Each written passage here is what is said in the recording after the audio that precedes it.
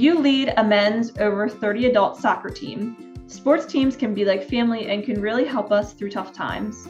How has your team supported each other through difficult times and started the mental health conversation? Start by saying that we did not start the soccer club with mental health in mind. We wanted to be able to continue playing soccer as we got older and not have to compete against 18 to 21-year-olds. So that's really where the over 30s club started. And then, we decided to build based off of culture rather than competitiveness.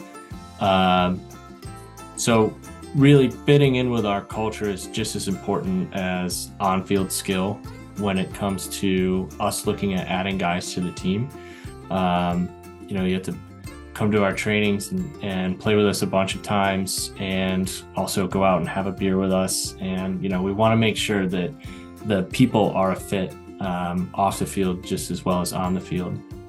So with that in mind, over the years, the relationships grow between team members, and then that builds trust. And then really that's what allows individuals to start opening up about their lives outside of soccer.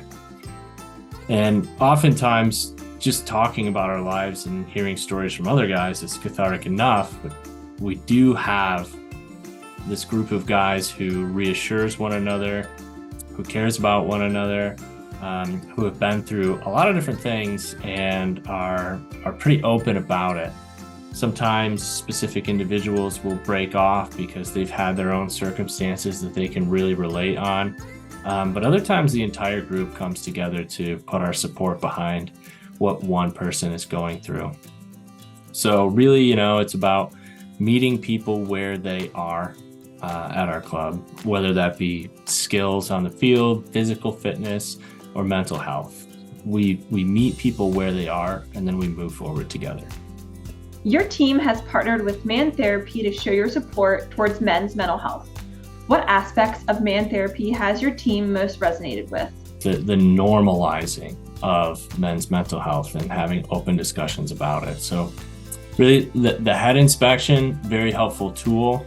It can help you understand where you might have weak spots in your mental fitness. And then the resource center and linking to local resources is fantastic. And really for us, we do try to promote trying therapy.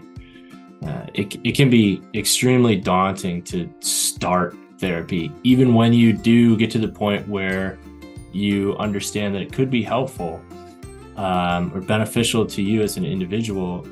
Getting started is still really tough.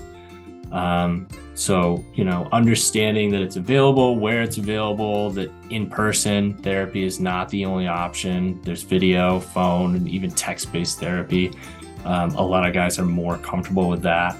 And, really our focus is on starting the conversations and then being supportive. And that really lines up with Man Therapy is, start somewhere. What is one piece of advice you would give to men about talking to friends on their mental health? Really, the most important thing is opening yourself up, right? Being honest about your own experiences.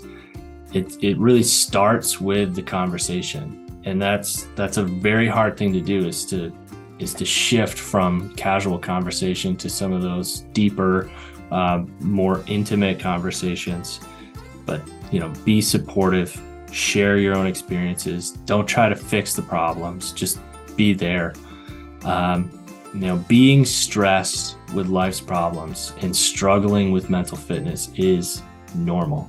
Every man goes through it at some point in their life.